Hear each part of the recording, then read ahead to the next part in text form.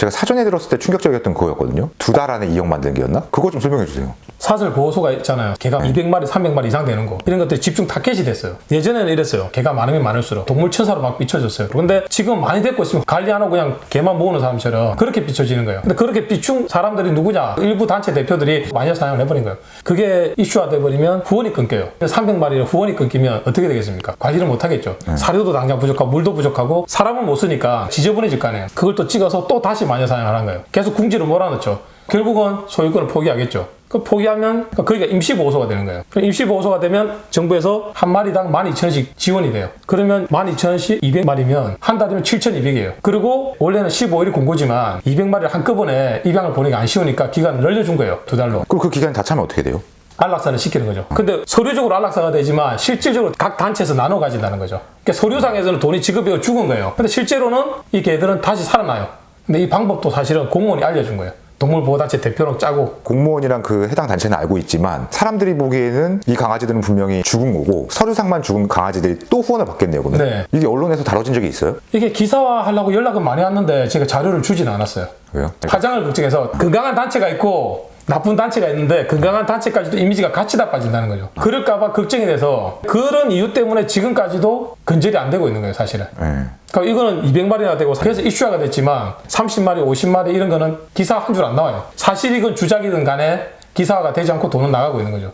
그럼 두 가지 중에 고민할 데는 없어요? 잘못된 문화를 좀 바로잡고 싶긴 하지만 내가 말했던 사실들이나 폭로했던 사실들 때문에 이 단체 전체가 후원이 줄어드는 것과 많이 딜레마에 빠질 것 같긴 하거든요. 지금도 그래요. 어떻게 가야 될지 고민할 때 혼자서는 결정을 내리면 후회가 남을 수 있겠다는 생각을 해요. 그래서 단체를 만들고 회의를 통해서 최선을 찾으려고 하는 거죠. 나 때문에 동물 복지가 빨리 이루어진 게 있지만 근데 또 반면에 나 때문에 피해자들이 나타나는 거 아닌가 이런 것도 같이 고민을 하게 되니까 회의를 거쳐서 추진을 하려고 하는 그런 생각들을 가지고 있죠.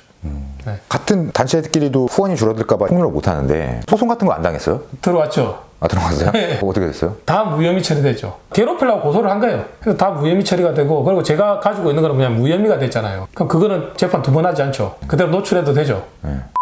근데 그냥 일반 개인이 그렇게 여러 단체들의 고소를 받고 타겟을 받으면 무섭기도 하고 포기를 했을 것 같은데 어땠어요? 근데 저 같은 경우는 20년 동안 개판했었어요. 인맥이 얼마나 많겠어요. 그러니까 제가 살아온 모습 있지 않습니까? 그러니까 쉽게 건들 수도 없고 또 제가 깐다는 의미가 아니고 있는 사실을 이야기하잖아요. 또 공익을 위해서 이야기를 하고 있잖아요. 그러니까 당연히 자기들도 이게 필요하다고 생각하는 거예요. 맞는 말이고. 근데 부탁은 해요. 안 하면 안 되냐고. 다 후원 끊기면 어떻게 할 거냐고. 근데 또 부탁을 해요. 전화로. 삼촌 꼭 좀 바로 잡아달라고. 그 전화가 더 많아요, 사실은.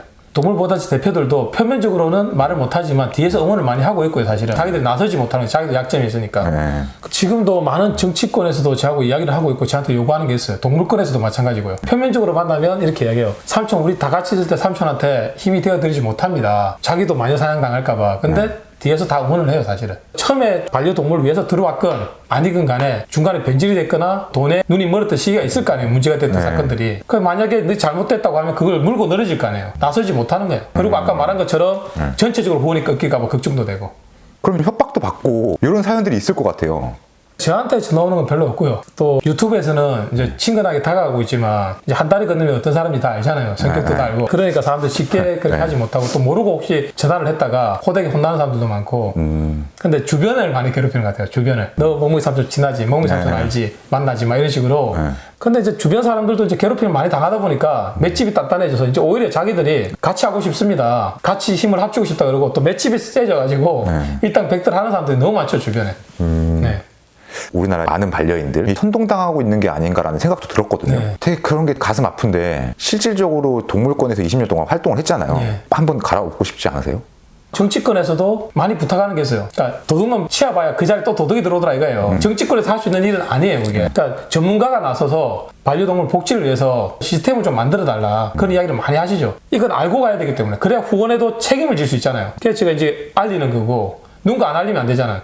이 인터뷰가 나가면 어느 정도 효과가 있다고 보시나요? 근데 이게 과거의 이야기면요 묻고 가도 돼요. 근데 그게 아니고 어제도 일주일 전에도 한 달 전에도 똑같은 일이 반복되고 있는 거예요. 유기견을 이용한 유기견 팔이라죠. 오늘도 지금도 진행되고 내일도 모레도 변하지 않을 거고 새로 동물권에 유입되는 애들이 그 돈을 보고 너무 쉽게 돈을 버는 방법으로 들어온단 말이에요. 그래서 저는 제도적으로 시스템적으로 만들어야 되고 그러기 위해서는 알려야 되잖아요. 이유가 있어야 되잖아요. 그럼 저희가 사실 이렇게 이야기해도 큰 입주는 안 돼요. 조회수가 많이 안 나오고 동물권에 사람들만 봐요. 개판 사람들만 본다고. 일반인들이 접근이 쉽지 않아요. 근데 젠뱅TV에 나오면서 일반인들이 알게 되면 이 문제의 심각성을 알겠죠. 그런데 심각성에서 끝나면 안 돼요. 방향이 제시가 돼야 돼요. 자정의 노력을 해야 돼요.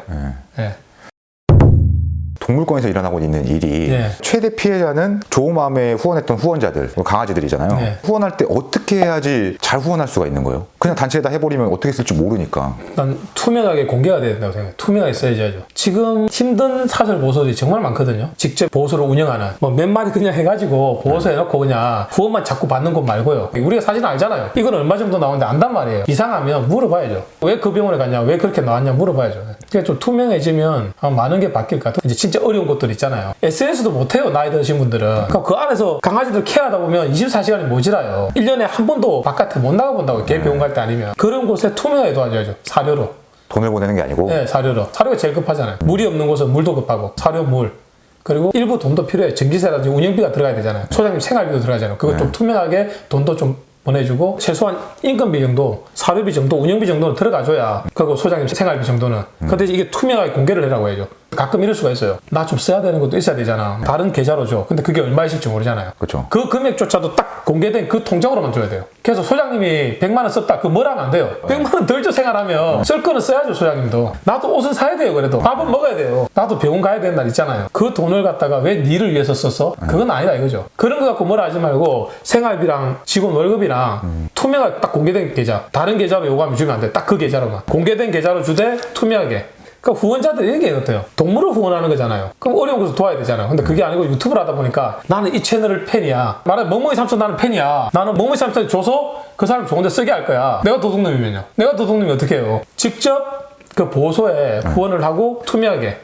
제일 하시고 싶은 말씀을 좀 간략하게 부탁드릴게요. 지금 이 영상을 내보내는 건 많은 시민들이 제대로 알아야 되고 많은 또 정치권에 계신 분들도 제대로 알아야 된다고 생각해요. 개선이 되려면 사실을 알아야 개선이 되는 거지 숨기고 덮는다고 해서 개선이 되는 게 아니라 보거든요. 근데 누군가는 이야기를 해야 많은 사람이 알아야 정치권도 변화를 가질 수 있는 거거든요. 그래서 이걸 누구를 까버리고 후원을 하지 말자는 게 아니고 후원을 투명하게 하고 개선을 하자고 짚고 넘어가는 거예요, 사실은. 그 사설보호소 소장님께서 1년 365일 중에 자기 시간을 위해서 밖으로 나가는 시간이 없어요. 그래서 제가 지금 하는 게 그 사설보호소 소장님들을 1박 2일 휴가를 보내드리는 일을 하고 있습니다. 15년, 20년 사생활이 없어요. 부모님 집에 가서 따뜻한 밥 한 끼 부모님한테 대접해드릴 수 있게, 몸이 아파도 병원에 못 가요. 휴가 가서 건강검진 한번 받을 수 있게, 부모님하고나 남편하고 여행 한번 갔다 올 수 있게 1박 2일 휴가를 보내드리는 일을 하거든요. 좀 많은 분들이 관심을 가지고 동참을 해주셨으면 좋겠습니다.